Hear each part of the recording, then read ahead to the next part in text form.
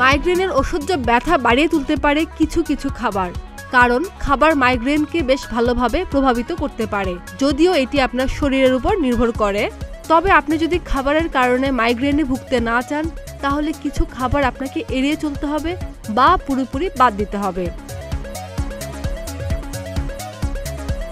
মাথা ব্যথায় অনেকে চা কফি খেতে চান।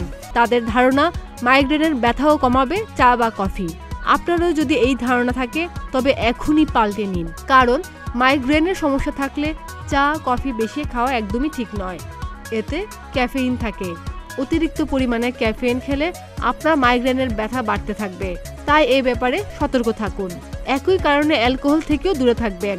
আবার ডার্ক চকলেট একটি নির্দিষ্ট পরিমাণ পর্যন্ত স্বাস্থ্যের জন্য উপকারী, তবে মাইগ্রেনের সমস্যা থাকলে ডার্ক চকলেট বা যে কোনো রকমের চকলেট না খাওয়াই ভালো, কারণ চকলেটে ক্যাফিন এবং বিটা ফেনাইল থাইলামিন থাকে।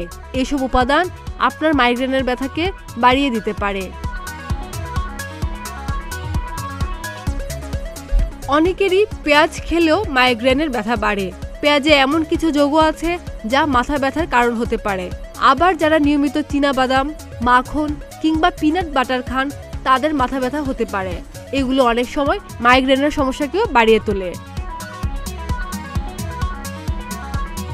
খাদিজা নিপা, প্রতিদিনের বাংলাদেশ।